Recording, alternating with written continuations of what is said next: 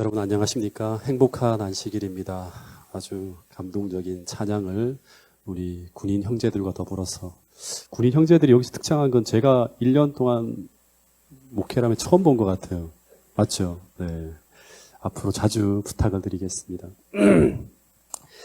네, 믿음으로 한 해를 돌아보면서 하나님께서 이 파주중앙교회가 정말 계속적으로 주의 뜻을 이룰 수 있도록 함께 하시고 선하게 인도하시고 또 축복하셨음을 인하여 감사를 드립니다. 여러분도 그렇게 생각하십니까? 네, 그렇게 생각하신다면 힘차게 아멘으로 화답해 주시면 감사하겠습니다. 예, 이런 이제 말씀이 있더라고요. 시편 50편 23절에 보면 감사로 제사를 드리는 자가 나를 영화롭게 하나니 그의 행위를 옳게 하는 자에게 내가 하나님의 구원을 보이리라고 합니다. 그러니까 본문을 보면 하나님께 감사하며 예배를 드리는 사람들, 하나님께 지나온 세월들을 보고 일주일의 생활을 볼 때 하나님께 너무나 감사한 게 많아. 하나님은 지금도 나를 돌보고 계셔라는 그런 마음을 가지고 하나님께 감사하며 예배를 드리는 사람들, 그리고 그렇게 매일 매순간을 살아가는 사람들을 성경 기자는 말하기를 진정으로 하나님을 영화롭게 하는 사람이라고 합니다. 이 감사와 하나님께 영광을 두는 게 직접적으로 연결되어지고 있는 걸 볼 수 있습니다. 그리고 그런 사람들에게 하나님은 당신의 구원을 보여주신다고 이야기하고 있습니다. 여러분, 성경 말씀 중에 이제 범사에라고 하는 말이 이제 항상 붙어 따라 나오는 여러 구절들이 있어요. 그 중에 대표적인 것이 잠언 3장 6절에 보면 범사에 그분을 인정하라고 하는 거예요. 범사에 하나님이 살아계시고 인도하시고 돕고 계심을 인정하라고 하는 거예요. 그렇게 할 때 하나님은 계속 너의 길을 이제 지도한다고 하는 건 뭐냐 그러면 이 범사에 그분을 인정한다고 하는 건 믿음으로 살아가는 거죠. 그죠? 그런 사람들에게 하나님은 계속 우리를 지도하시고 인도하신다고 하는 거예요. 그리고 또 하나 데살로니가 전서 5장 18절에서도 바울은 뭐라고 하는가 하면 범사에 그분께 감사하라고 하는 거예요. 범사에. 그러니까 두 성경절 모두 이 범사에라는 말이 나옵니다. 범사라는 말은 한마디로 하면 뭐죠? 항상이라고 하는 거예요. 항상. 어떤 순간에다고 하는 거예요. 다시 말해 항상 범사에 어떤 순간에도 그분이 나를 돌보고 계시고 나를 인도하고 계신다는 이 믿음과 그리고 이 사실에 대해서 매 순간 그분의 인도하심을 인정하고 그렇게 믿기 때문에 항상 감사하며 살아가는 사람들, 이것이 바로 그리스도인의 삶에서 항상 나타나야 할 모습이라고 성경은 일관되게 우리에게 계속 가르쳐주고 있습니다. 여러분, 그래서 우리 마음속에 감사가 사라지고 있다고 하는 것은 어떻게 보면 우리 마음에 무엇이 사라지고 있다는 것이다? 믿음이 사라지고 있다고 하는 거죠. 왜냐하면 하나님은 지금도 나를 돌보고 있고 인도하고 계신데도 불구하고 그런 믿음이 자체가 이제 붕괴될 때 우리는 동시에 감사가 사라지게 된다고 하는 거예요. 여러분, 그래서 그리스도인은 항상 어떤 순간에도 이 두 가지의 관점, 믿음과 감사라는 이 두 가지의 관점으로 세상을 보는 사람들이 누구인가 하면 바로 정상적인 믿음을 가진 참된 그리스도인이라고 이야기하고 있습니다. 근데 생각해 보면 여러분 한번 1년을 돌아보면 하나님께 감사하는 그런 일들이 참 많은가요? 여러분, 감사하는 마음이 어떻게 하면 생기는 걸까요? 하나님께서 계속 축복을 부어주셔야지만 우리가 감사할 수 있는 건 아닌가요? 근데 그런 게 잘 안 떠오르죠. 올 한 해 나의 삶을 이렇게 돌이켜보면.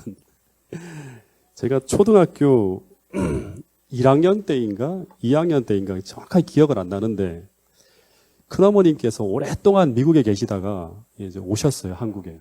당시에는 미국에 간다고 하는 게 엄청나게 큰일이었어요.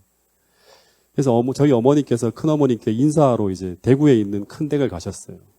근데 큰어머니가 당시에 얼마나 큰 부자였는가 하면 그 대구에서 가장 큰 집에 그 큰 집 중에 한 집에 살고 계신 분이 저희 큰어머니였어요. 그래서 뭐 동장이나 이런 사람들이 다 이제 큰어머님 때 인사하러 오고 할 정도로. 그래서 그날 저녁에 어머님이 함께 이제 식사를 하게 되는데 식탁에 반찬이 쭉 차려져 있고 그리고 반찬과 더불어서 이제 당시에 바나나가 한 쪽씩 접시에 담겨서 어머니의 테이블에 딱 올려지는 거예요. 그 귀한 바나나가 한 개가 딱 올라왔어요. 이게 70년대 후반입니다. 1970년대.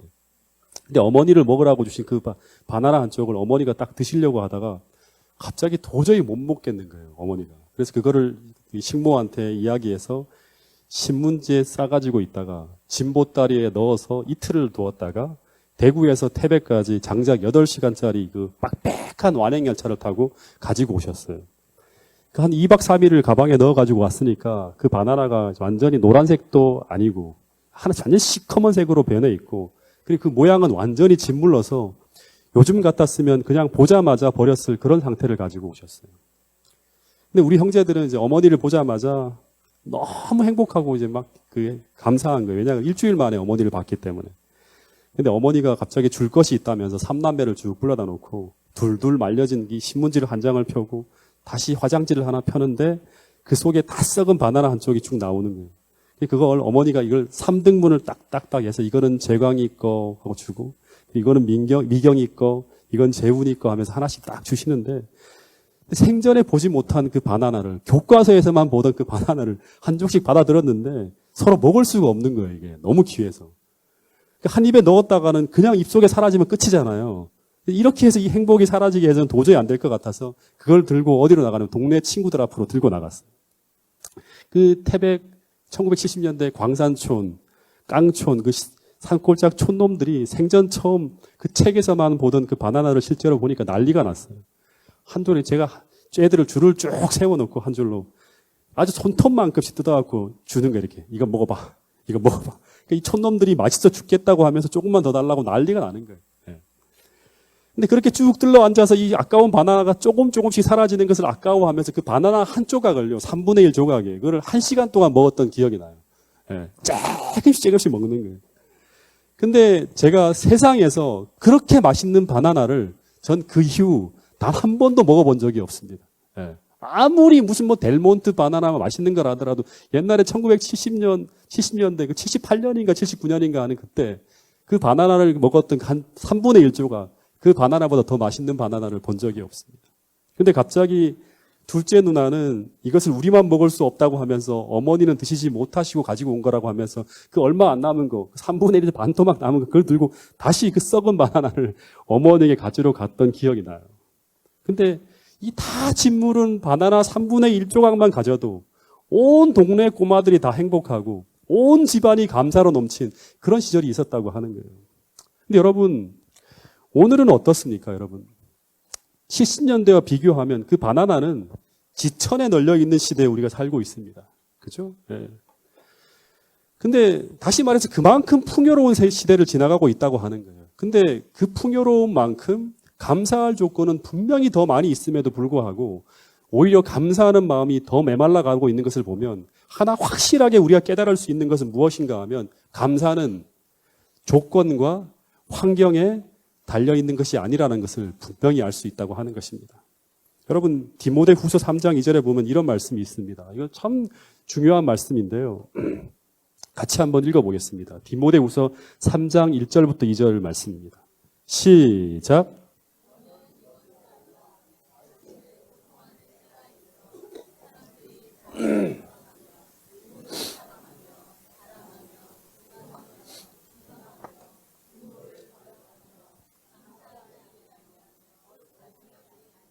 예, 여기 보면 너희는 이것을 분명히 알라고 합니다. 말세 고통하는 때가 이럴 때인데 그때 사람들이 막 악해져 가면서 우리를 불행하게 만들고 고통스럽게 만드는 여러 가지 모습들이 등장하는데 그중 한 가지가 무엇인가 하면 바로 사람들이 뭐 하지 않는다?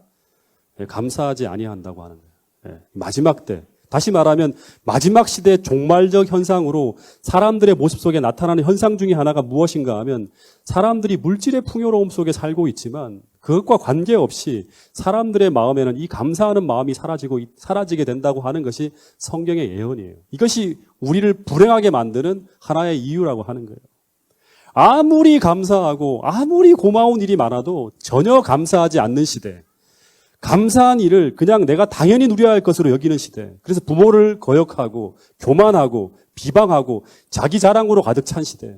감사는 사라지고 당연히 누려야 할 자기 권리만 찾는 아주 이기적인 시대. 그 시대가 바로 어떤 시대인가 하면 우리가 살아가고 있는 이 말세라고 하는 거예요. 종말적 시대라고 하는 거예요. 근데 여러분, 이것이 세상만이 아니라 본문을 보면 이 이야기는 제가 여러 번 이 성경절을 여러분들에게 인용해 드렸어요. 이거는 교회 안의 모습이라고 말씀을 드렸습니다. 이 뒤에 보면 그리스도인들이 다 경건의 모양만 있고 경건의 능력을 잃어버린 사람들의 모습이 열거되어지고 있는데 그 중에 하나가 바로 뭐다? 감사하지 않는다고 하는 거예요. 교회 안에서도. 네. 여러분 어떤 사람이 있는데 그 사람은 기도를 얼마나 열심히 하는지 몰라요. 매일 새벽 기도를 하고 늘 기도로 하나님과 교통하는 사람이라고 말을 많이 하고 다녀요. 내가 정말 기도한다고 하면서. 근데 그 입술에서는 언제나 불평과 불만, 남을 비난하는 이야기만 쏟아져 나오고 늘 인상만 쓰고 다니는 사람이 있다면 그 사람이 정말 기도로 하나님과 교통하는 믿음의 사람이 맞을까요? 아니라고 하는 거죠. 성경에서는. 어떤 사람이 있어. 이 사람이 성경 통독을 얼마나 많이 하는지 몰라요. 한 100번 이상해서 성경절을 줄줄줄 다 외우고 다녀요. 그래서 그 사람이 정말 성경에 정통한 것 같은데 만일 그 사람의 입에서 나오는 이야기가 늘 불평, 불만만 쏟아져 나온다면 그 사람이 정말 말씀을 쫓아 살아가는 믿음의 사람이 맞을까요? 아니라고 하는 거예요. 여러분 저는 분명히 말하지만 그런 사람들은 경건의 무어만 있고 모양만 있고 경건의 능력을 상실한 사람, 즉 그리스도의 말씀과 기도로 교통하는 사람이 아님에 분명하다고 오늘 이 성경절은 우리에게 이야기하고 있는 것입니다. 여러분 감사라고 하는 것은 그 사람 안에 있는 신앙과 믿음을 체크하는 가장 중요한 열매입니다. 어떻게 보면 리트머스의 시험지 같은 것이라고 할 수 있어요. 제가 옛날에 그 전임지에 있을 때 굉장히 힘든 순간 속을 지나가고 있을 때 어떤 한 분이 제가 지난번 한번 인용을 해드렸을 거예요. 늘 평안하고 감사하다는 그 이야기가 계속 입술에서 나오는 걸 그걸 보면서 저는 무엇을 생각했는가 하면 그 안에 계신 그분 안에 있는 하나님을 제가 봤어요. 여러분 이 감사라고 하는 것은 어쩌면 리트머스의 시험지와 같은 거예요. 어떤 상황 속에서 우리가 정말 힘든 상황 속에서 그 모든 상황을 다르게 해석하며 감사로 그 모든 상황을 대처할 수 있는가. 이것이 우리 안에 있는 믿음을 확인하는 중요한 그 체크리스트라고 하는 거예요. 여러분 저에게 만약 성경에서 말하는 신앙의 제일 중요한 것 세 가지를 꼽으라고 한다면 어떻게 보면 신앙의 제일 기초가 되는 것 세 가지를 꼽으라고 한다면 첫 번째는 말씀을 사랑하여 순종하는 것. 이게 신앙의 첫 번째예요. 두 번째는 주님과 기도로 교통하며 교제하는 거예요. 살아있는 기도를 날마다 하나님 앞에 할 수 있는 사람. 그리고 또 하나 세 번째 마지막 하나가 뭔가 하면 감사하며 살아가는 것이라고 말할 수 있습니다. 이건 성경에서 이야기하는 가장 중요한 이야기 중에 하나예요. 여러분 그래서 이 감사하는 삶은 우리가 믿음으로 살고 있음을 증명하는 열매이고 그리고 성령이 우리 삶에 임재할 때 맺어지는 가장 아름다운 신앙적 열매 중에 하나가 뭔가 하면 늘 감사가 우리 입에서 떠나지 않는 거예요. 그래서 만약 오늘 우리가 정말로 올바른 신앙생활을 하고 있다면 우리의 삶은 감사로 충만할 것입니다. 그래서 바울은 오늘 우리에게 이런 말을 하고 있는 거예요. 우리가 정말 유명하게 아는 성경절이죠. 데살로니가 전서 5장 18절. 한번 읽어보겠습니다. 시작. 범사에 감사하라. 이것이 그리스도 예수 안에서 너희를 향하신 하나님의 뜻이니라. 네, 범사에 감사하는 것. 그것이 그리스도 예수 안에서 너희를 향하신 하나님의 뜻이라고 하는 거예요.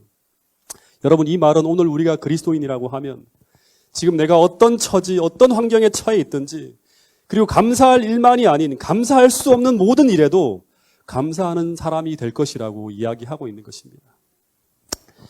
제가 오래전에 참 재미있게 읽은 책 중에 하나가 이 프레임이라는 책입니다. 이 프레임은 틀이라는 말이에요. 틀, 프레임. 그러니까 창문, 액자 이런 것처럼 틀이 있는 것, 그러니까 그 틀을 통해서 보는 것과 관련되어 있는 단어가 이 프레임입니다.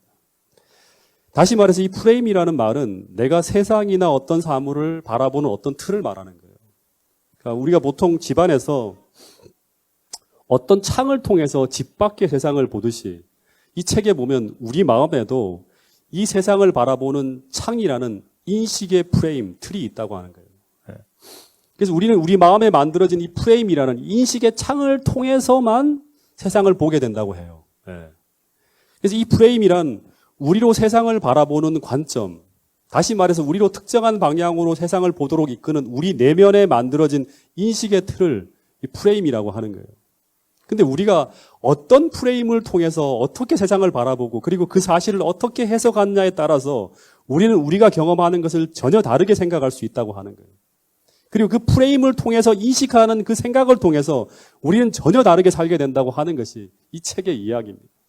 그래서 우리가 가지고 있는 이 세상을 바라보는 이 인식의 프레임이 어떤 종류의 것인가 하는 것은 굉장히 중요한 것이 될 수 있다고 하는 거예요.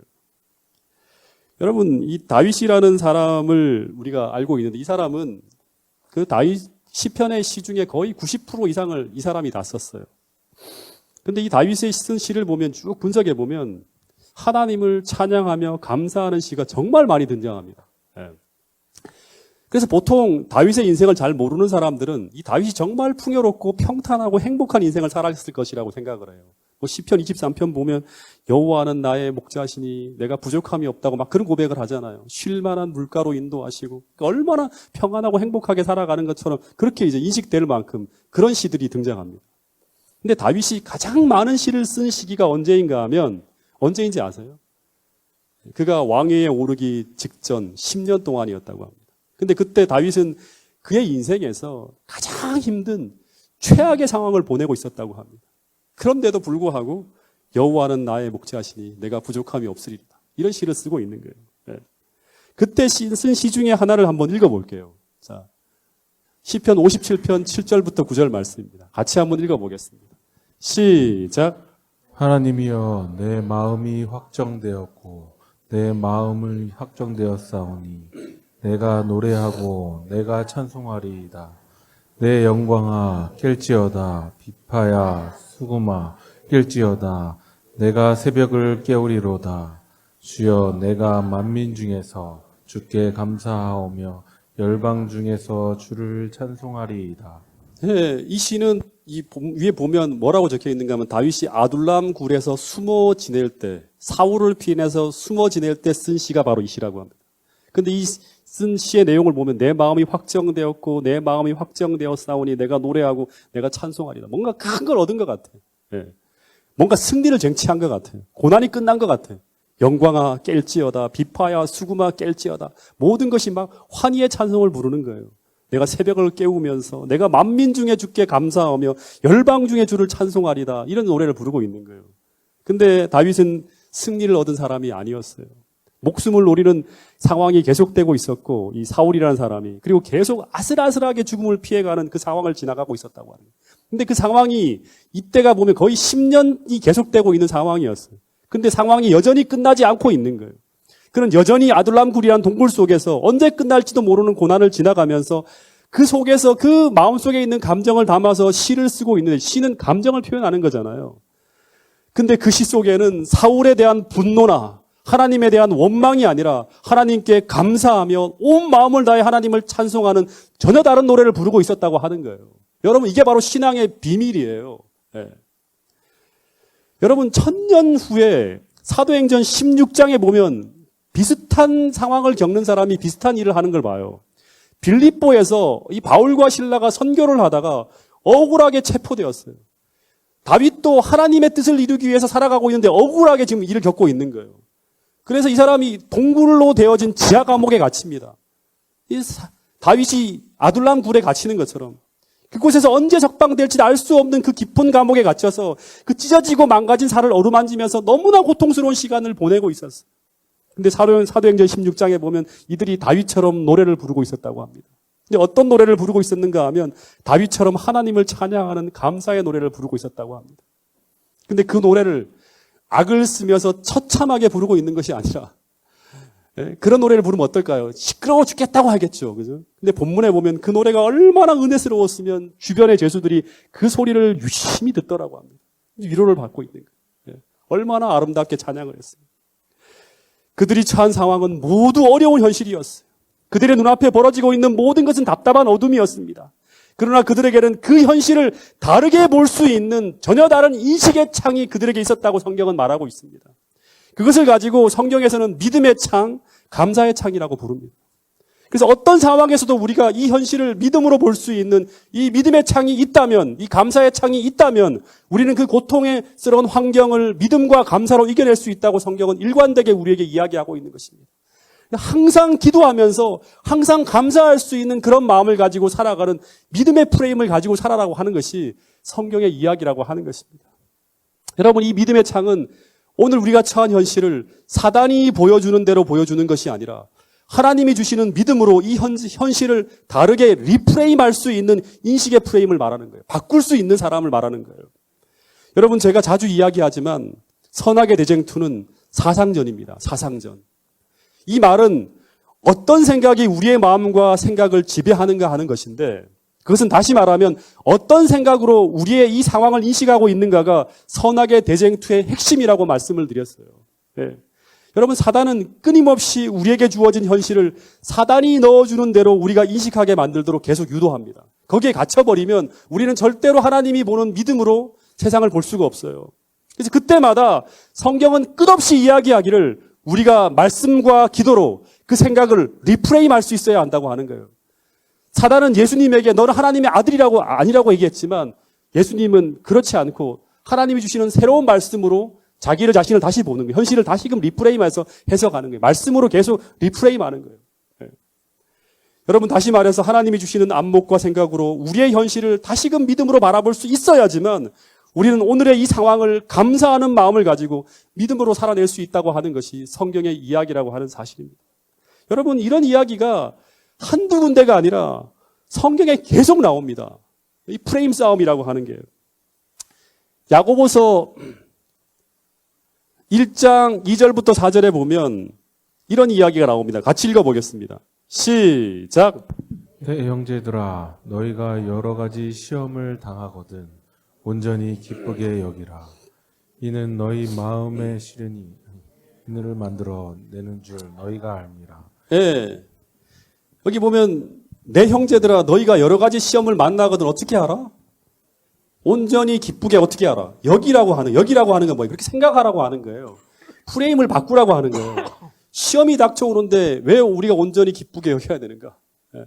실제로 다윗이나 바울이나 야고보나 모든 시련 속에서도 그들은 오늘 우리에게 말하기를 그 상황을 온전히 기쁘게 여기라고 감사하라고 말하고 있는데, 근데 그 이유가 무엇인가 하면 사도 야고보가 얘기하기를 그 시련이 전부 그리스도인에게는 그냥 시련으로 보이는 것이 아니라 무엇을 통해서, 믿음의 시련이라고 하는 이 말은 믿음이라는 프레임을 통해서 그 시련을 바라보면 그 시련이 하나님의 섭리하에서 우리에게 허락되어진, 우리를 연단하고 훈련하는 믿음의 시련으로 다시금 보이게 된다고 하는 것입니다.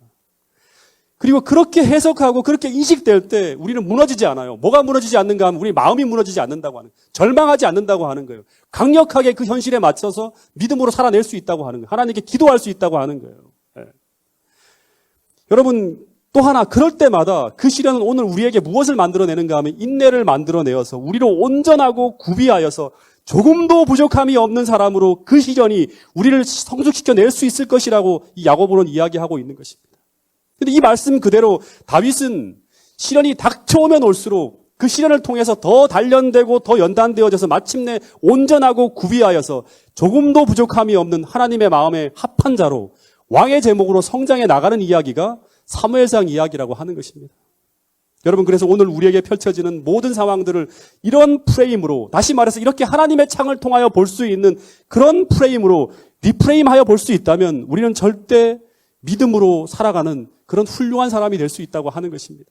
다시 말해서 수없이 요동치며 우리로 하여금 불평하고 원망하고 증오하며 원망하다가 믿음의 파선을 당할 수 있는 그런 상황을 우리가 이겨낼 수 있다고 성경은 이야기하고 있는 것입니다. 어떤 목사님 부부가요, 열차를 타면서 이렇게 여행을 하고 있었습니다. 근데 이 맞은편에 한 그리스도인 중년 부부가 이렇게 앉아 있었다고 합니다. 이 그리스도인이에요, 그리스도인. 근데 그 부인이 계속해서 이것저것 두덜거리면서 불만을 막 토로하고 있었다고 합니다. 뭐라고 하는가 하면 좌석을 딱 보면 이 시트가 아주 불편하다 그러고, 시트가 지저분하다 그러고, 청소가 안 되어서 냄새가 지독하다고 하고, 승무원이 꽤 친절하게 하는데 승무원도 불친절하다고 하고, 갖은 불평을 쏟아내면서 얼굴을 쫙 찌푸리면서 이렇게 여행을 하고 있었다고 합니다. 근데 그 맞은편에 앉은 목사님이 볼 때는 이 열차가 그렇게 지저분하지도 않고 불편하게 보이지도 않고 너무나 평안하게 이 열차를 타고 가고 있었는데 이 맞은편에 있는 분은 전혀 다르게 보는 거예요. 근데도 계속 그 부인이 그렇게 불평하고 있었는데 이때 그 부인의 불평을 듣고 있던 남편이 맞은편에 앉은 목사님께 인사를 딱 건네면서 자신을 이렇게 소개했다고 합니다. 안녕하세요. 저는 변호사인데 제 아내는 또 직업이 있어요. 근데 그 직업이 뭐냐 그럼 제조업자라고 하는 거예요. 그래서 이 목사님께서 아니 부인께서는 어떤 종류의 제작업에 종사하시는 분이신가요? 하고 물었대요.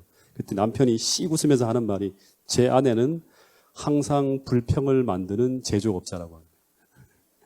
그러면서 하는 말이 제 아내는 감사할 수 있는 모든 조건을 다 갖추고 살아가고 있는 사람인데도 기가 막히게도 제 아내 입에서는 이상하게 그것을 모두 불평의 창으로 리프레임해서 끊임없이 불만과 불평을 만들어낼 수 있는 사람이라고 하는 거예요.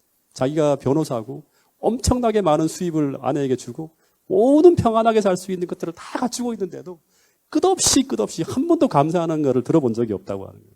다시 말해서 그녀는 끊임없이 축복을 누리고 있으면서도 끊임없이 불만과 불평을 찾아내는 불평 제조업자라고 하는 거예요. 여러분 불평 제조업자라는 이 말을 여러분 유심히 들어야 돼요. 여러분 그런데 오늘 우리는 어떤 삶을 살아가고 있나요? 오늘 우리가 한 해를 돌아보면서 오늘 우리의 마음과 입술은 무엇을 만들어내는 공장으로 살아가고 있는지 오늘 우리가 세상을 바라보는 이 프레임을 한번 점검해 볼 수 있기를 바라겠습니다. 만일 우리가 하나님의 은혜 속에 살고 있다고 우리가 고백을 하잖아요. 그 사람들이 그리스도인이에요. 하나님이 우리를 돌보고 있다고 믿음으로 고백하는 사람들이 그리스도인이에요. 근데 하나님의 은혜 속에 살고 있으면서도 그것을 하나도 기억하지 못하고 매일 불평을 대량으로 만들어내는 그런 공장의 모습으로 오늘 우리가 살아가고 있다면 오늘 우리 안에는 믿음의 프레임이 놓여지지 않은 사람이라는 것을 증명하고 있다고 하는 사실입니다. 여러분 내가 그리스도인이라는 이 믿음의 고백보다 더 중요한 것이 무엇인가 하면 그것을 우리의 삶으로 인정하는 감사의 고백이라고 하는 사실을 잊지 않게 되기를 간절히 바라겠습니다. 여러분 이런 생각을 가지고 제가 출애굽기를 쭉 다시 한번 봤어요. 이 출애굽 당시 이스라엘 백성들의 모습을 잠깐 살펴보면 이스라엘 백성들은 애굽에서 종살이의 비참한 인생을 살았어요. 다시 말해서 노예 생활을 하면서 인간이 아니라 짐승처럼 취급받는 그런 삶을 살아왔다고 합니다. 그런 와중에 그들이 하나님께 구원해달라고 막 기도했죠. 근데 하나님께서 그들의 기도를 들으사 어떻게 했죠? 하나님께서 그들을 그 애굽의 종살이에서 해방시켜 주셨습니다. 그럼 굉장히 기쁘고 감사한 일 아니에요? 그러나 그들은 홍해를 건널 때만 감사했어요. 그때 이제 홍해를 건너면서 모세의 노래를 부르면서 막 온 이스라엘 백성들이 찬양하고 감사해요. 그때만 감사했을 뿐 가나안 땅을 향하는 동안 내내 광야에서 불평을 늘어놓았다고 성경은 이야기하고 있습니다. 음식이 떨어져서 뭘 주셨죠? 만나를 내려주셔도 감사가 아니라 이 박한 음식을 도저히 맛없어 못 먹겠다고 불평했고 구름 기둥과 불 기둥으로 그들을 쫙 던져서 그들을 돌봐주셔도 그들은 거기에 대한 감사보다 길이 평탄하지 못하다고 불평했고 그리고 고기가 없다고 불평했고 지도자가 못마땅하다고 불평했고 심지어 민수기를 보면 하나님은 그들에게 좋은 것을 주셔서 40년 동안 몸이 쇠약한 사람이 단 하나도 없는 기적이 일어나고 있었지만 그들은 이 만나를 먹어서 어떻게 되었다? 이렇게 불평했다고 하는 기록이 있는데 한번 이건 읽어보겠습니다. 민수기 11장 6절 시작. 이제는 우리 정력이 쇠약하되 이 만나 외에는 보이는 것이 아무것도 없도다. 예, 이 만나를 계속 하나님께서 우리에게 주셨어. 만나만 주니까 이 만나를 먹어서 우리의 기력이 지금 쇠약해져서 더 이상 걸어갈 수가 없다고 하는 거예요. 예. 다시 한마디로 말하면 그들에게는 그 어떤 좋은 것이 주어져도 그 모든 것을 불평, 불만으로 만들어낼 수 있는 한마디로 말하면 그들의 삶은 불평 제조업자였다고 하는 거예요. 이 민수기를 보면 계속 불평이 나와요. 끝없이 불평하면서 다 죽어갑니다. 믿음을 잃어버리고 다 죽어가는 거예요. 다시 말해서 그들은 감사가 넘치는 축복의 상황을 지나가고 있음에도 그래서 리프레임만 하면 다시 믿음으로 보면 모든 게 다 감사할 조건이었는데 감사가 넘치는 축복의 상황을 지나가고 있음에도 불구하고 감사할 이유를 하나도 찾지 못하고 온통 불평, 불만으로 가득 채워져 있는 그런 세상만 계속 바라보는 거예요. 계속 불행하게 살아가는 거예요. 여러분 그런데 오늘 우리는 어떤 마음의 창으로 세상을 바라보며 살아가고 있는지 또다시 여러분의 인식의 창을 한번 점검해 볼 수 있게 되기를 간절히 바라겠습니다. 여러분 오늘 우리가 믿음을 통해서 그리스도를 받아들였다고 하는 것은 오늘 우리가 세상을 바라보는 마음의 창이 바뀌었다는 것을 의미하는 거예요. 그래서 물과 성령으로 거듭나면 하나님 나라를 본다고 하는 게 그거예요. 하나님의 인식의 창으로 새롭게 세상을 보는 거예요. 네. 다시 말해서 주님이 바라보시는 그 마음의 창으로 우리의 프레임을 바꾸기로 결심한 사람들이 바로 누구인가 하면 그리스도인이라고 하는 거예요. 불평과 불만과 증오의 프레임에서 그 어떤 상황에서도 감사할 수 있는 감사와 사랑과 믿음의 프레임으로 세상을 바라보는 마음의 창을 바꾸고 매일매일 하나님의 마음으로 세상을 바라보기로 결심하고 훈련하며 경건을 연습하는 사람들이 바로 누구인가 하면 참된 그리스도인이라고 하는 것입니다.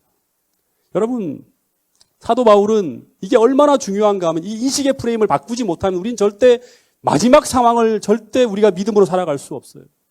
강력한 프레임을 구축하고 그 프레임으로 세상을 계속 해석하고 나가는 사람들만이 종말에 예수님께서 우리에게 머물라고 하는 그곳에 머물 수 있다고 계시록은 계속 우리에게 이야기하고 있습니다. 그래서 바울이 당시 환난과 궁핍에 몰아치는 그 험난한 세상을 살아가고 있는 초기 교회 성도들에게 감사와 믿음의 강력한 프레임을 가지고 세상에서 몰려오는 핍박과 궁핍에 맞춰 싸워서 그 환경을 이겨내라고 계속 요구하고 있는 이야기가 바울 서신의 일관된 이야기라고 하는 것입니다. 골로새서 3장 15절에 보면 숨막히고 어려운 상황에 직면할 때 바울은 그리스도의 평강이 너의 마음을 주장하게 하라고, 다른 것이 너의 마음을 끌고 가지 못하게 그리스도의 평강이 너의 마음을 주장하게 하라고 하고, 그러면서 또 나오는 얘기가 뭔가 아니라 그뿐 아니라 너희는 어떤 사람이 되어야 한다? 너희는 또한 감사하는 자가 되어야 한다고 계속 이야기하는 거예요. 골로새 3장 17절에서도 힘들지만 그분을 힘입어서 그 상황에서도 하나님 아버지께 감사하는 자가 되라고 합니다. 초기 교회는 다 힘든 상황을 지나가는 사람들로 가득 차 있었어요. 디모데전서 2장 1절에 보면 그러므로 내가 첫째로 권하노니 모든 일에 우선적으로 너에게 권하노니 모든 사람을 위하여 간구와 기도와, 기도만큼 중요한 것이 이 상황에서 어떻게 해야 한다? 감사해야 한다고 하는 거예요. 감사해야 한다고. 감사해야지만 어떤 일이 벌어지는가? 하나님을 인정하는 거예요. 하나님이 그 상황을 인도하시는 거예요. 그래서 이 감사와 기도가 그리스도인인 우리가 항상 첫째로 우리 삶에 나타나야 할 모습이라고 사도 바울은 이야기하고 있는 것을 볼 수 있습니다. 여러분, 그래서 사도 바울은 심지어 데살로니가 전서 5장 18절에서 이것이 쉬지 말고 기도하고 범사에 감사하는 이것이, 이 기도와 감사가 그리스도 예수 안에서 너희를 향하신 하나님의 무엇이다? 뜻이다고 하는 거예요. 하나님의 뜻이라고. 항상 쉬지 말고 항상 기도하라고 하는 이 기도는 본문을 보면 그냥 막연하게 무엇을 주세요, 무엇을 얻게 해주세요 하고 기도하라고 하는 말이 아니라 항상 쉬지 말고 기도하며 현재 내가 처한 상황을 감사하며 세상을 바라볼 수 있는 이 프레임의 변화를 이루어 달라고 기도하라는 거예요. 계속 기도하면서 이 상황이 감사하는 상황이 되게 해달라고 하는 거예요. 여러분, 이 프레임의 변화, 다시 말해서 우리의 모든 현실을 믿음과 감사로 전환시킬 수 있는 이 프레임의 변화가 종말을 살아가는 우리를 향하는 하나님의 뜻이라고 말하고 있는 것입니다. 여러분, 다시 이야기하겠습니다. 선악의 대쟁투의 마지막 싸움은 무슨 싸움이다? 사상전이라고 하는 말은 뭔가 하면 프레임의 싸움이 되는 거예요. 프레임의 싸움. 다시 말해서 우리 앞에 벌어지는 상황들을 놓고 우리가 어떻게 인식하는가, 어떤 시선과 어떤 마음의 창을 통해서 오늘 우리가 처한 현실을 바라볼 수 있는가 하는 이 프레임의 싸움이 바로 뭔가 하면 믿음의 선한 싸움이라고 하는 것입니다. 다시 말해서 하나님이 보여주시는 창을 통해서 보는 것과 사단이 보여주는 창을 통해서 보는 것은 같은 현실이지만 정반대의 모습으로 우리에게 비추어질 수가 있다고 하는 거예요. 하나의 창으로는 하나님이 안 계신 힘든 현실만 보이는 것이고, 반대의 창으로 보면 힘들지만 하나님이 계속 그 현실 속에서 그들을 돕고 계시고 축복하고 계시는 전혀 다른 모습을 볼 수 있다고 하는 것입니다. 여러분, 그래서 바울은 우리를 향한 하나님의 뜻을 기억하라고 하고 있습니다. 다시 말해서 어떤 상황 속에서도 늘 하나님이 우리를 돕고 계시고 우리는 하나님의 축복 속에서 매일 매순간 우리가 살아가고 있다는 것을 늘 믿음의 전제하에 놓고 오늘 우리의 삶을 인식하면서 감사와 찬양으로 오늘을 살아가라고 사도 바울은 이야기하고 있는 것입니다. 여러분, 근데 반대로 사단은 무엇을 얘기하고 있는가 하면 항상 낙심하라고 합니다. 쉬지 말고 원망하라고 하는 거예요. 범사에 불평하라고 하는 거예요. 이것이 바로 너희를 향한 사단의 뜻이에요. 우리를 향한. 여러분, 그래서 이거를 리프레임 시킬 수 있는 믿음을 가지고 있는가, 오늘 그런 말씀과 그런 기도의 삶을 살아가고 있는가 하는 것은 선악의 대쟁투에서 굉장히 중요한 기초가 되는 중요한 이슈라고 하는 사실입니다. 여러분, 한 해를 한번 돌아보시기 바랍니다.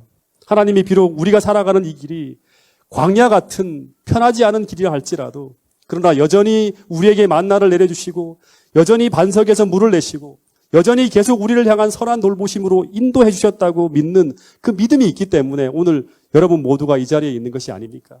그렇다면 우리 모두가 하나님께 감사합니다라고 감사함을 우리 아멘으로 표현해 주시기를 간절히 바라겠습니다.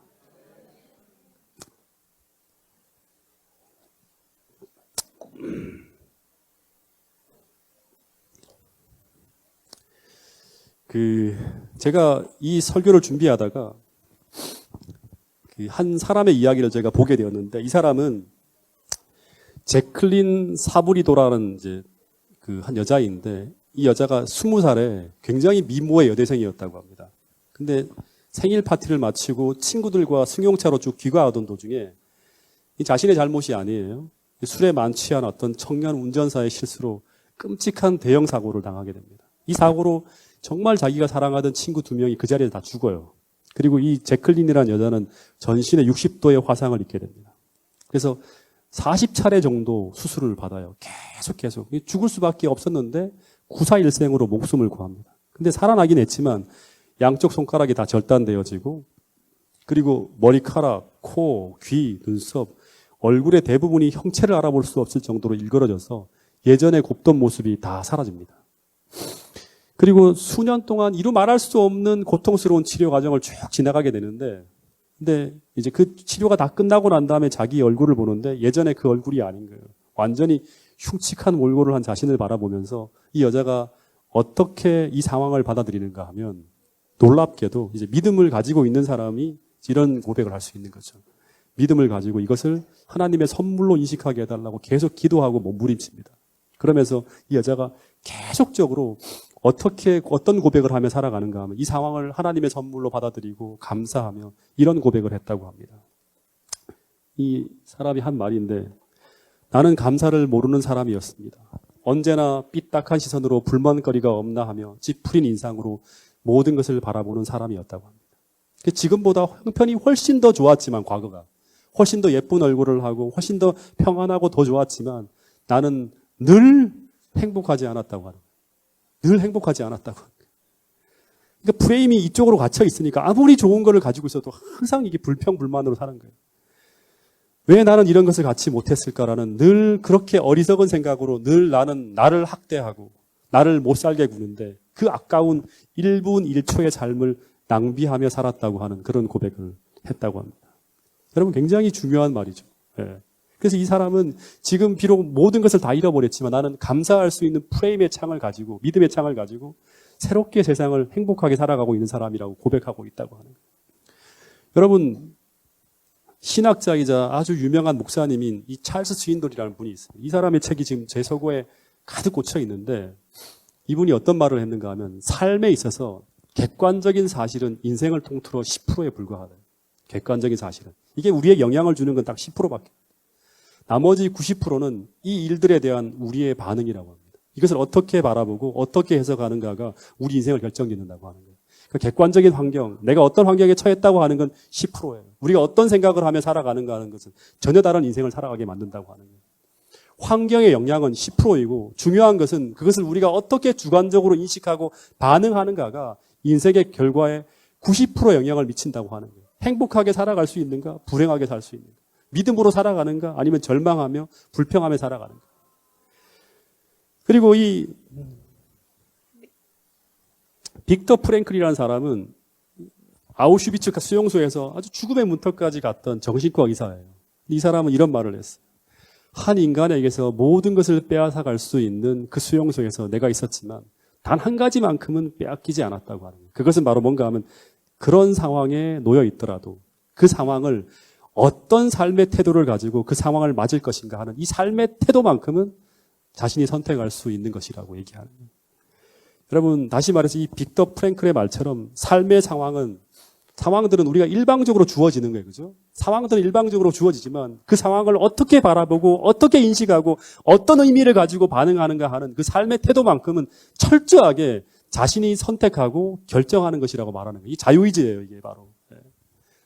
여러분, 이런 지금 설교의 이야기를 쭉 가지고 제가 이 다윗의 시편 23편 이 부분을 다윗이 정말 처한 이 고난의 상황을 아주 다윗은 완벽하게 믿음의 창으로 감사의 창으로 리프레임하면서 바라보면서 삶을 관조해 지은 시가 바로 시편 23편의 시예요. 이 배경을 알게 되면 우리는 엄청난 감동이 돼요. 제가 그렇게 한번 읽어볼게요. 이 시를.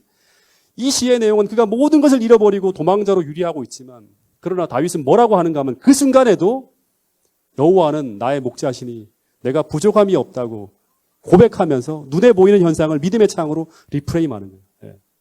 하나님이 나의 목자가 되세요. 지금 나는 부족한 것이 없어. 심지어 내가 쫓기며 아들람 굴 속에 있지만 그러나 그곳에서도 주님은 나를 푸른 풀밭에 누이시며 쉴만한 물가로 인도하고 계신다고 말하고 있어요. 내가 이렇게 마음을 평안함을 갖는 그 모든 이유는 다 하나님의 축복이라고. 그리고 내가 쓰러지고 넘어지는 것 같은 고초를 겪고 있지만 하나님은 내 영혼을 그 어려움 속에서도 소생시키시고 내가 절망할 수밖에 없는 환경에 있지만 나를 계속 소생시키는 거예요. 하나님께서. 그리고 자기 이름을 위하여 계속 의의 길로 인도하고 계신다고 확신하며 고백하고 있는 거예요. 나는 지금 계속 하나님이 원하시는 그 의를 이루기 위한 길을 걸어가고 있다고 하는 거예요. 그리고 지금 이 고행의 길을 걸어가고 있지만 하나님은 분명히 나의 이 길이 하나님의 의의 길이 되게 하실 것이라고 믿고 있다고 하는 것입니다. 심지어 지금 사울의 칼끝이 수도 없이 나를 향해 날아오는 이 사망의 음침한 골짜기로 지나가고 있을지라도 내가 사울의 해를 두려워하지 않는 것은 무엇 때문이다? 주의 막대기와 지팡이가 나를 인도하고 있음을 내가 기억하고 있기 때문이라고 고백하고 있는 거예요. 그리고 마침내 주님은 나의 길의 그 끝에서 내 원수의 목전에서 내게 상을 차려주시고 내 기름을 내 머리에 부어주실 것이라고. 이게 무슨 말인가 하면 이 모든 고난이 끝나고 마침내 왕이 되는 약속의 성취를 보게 될 것이라고 고백하고 있는 것입니다. 그리고 그런 하나님의 선하심과 인자하심이 평생 나를 따르리니 내가 여호와의 집에 영원히 살게 될 것이라고 하는 이런 믿음의 고백과 이런 감사의 고백이 다윗의 인생 전체를 관통하는 자전적 고백이라고 하는 것입니다. 여러분 지금 비록 험난한 삶의 환경 속에 직면해 계신 분이 있다면 오늘 이 다윗의 시처럼 이런 믿음의 프레임을 가지고 감사의 프레임으로 맞섬으로 말미암아 마침내 여러분의 그 고난의 끝에 하나님의 축복이 있을 것이라는 사실을 믿고 오늘 힘든 삶을 믿음으로 살아갈 수 있게 되기를 간절히 바라겠습니다. 여러분 비록 2020년에도 이 마지막 시대를 살아가는 우리들의 삶이 힘든 시간이 기다리고 있을지 모르겠습니다. 하지만 오늘 주신 이 말씀처럼 강력한 믿음의 프레임과 감사의 프레임으로 이 모든 것을 이겨낼 수 있는 초기교회 성도들 같은 그런 믿음의 삶을 살아가시는 파주중앙교회 모든 성도들이 될 수 있기를 간절히 바라겠습니다. 잠시 눈을 감고 기도하겠습니다.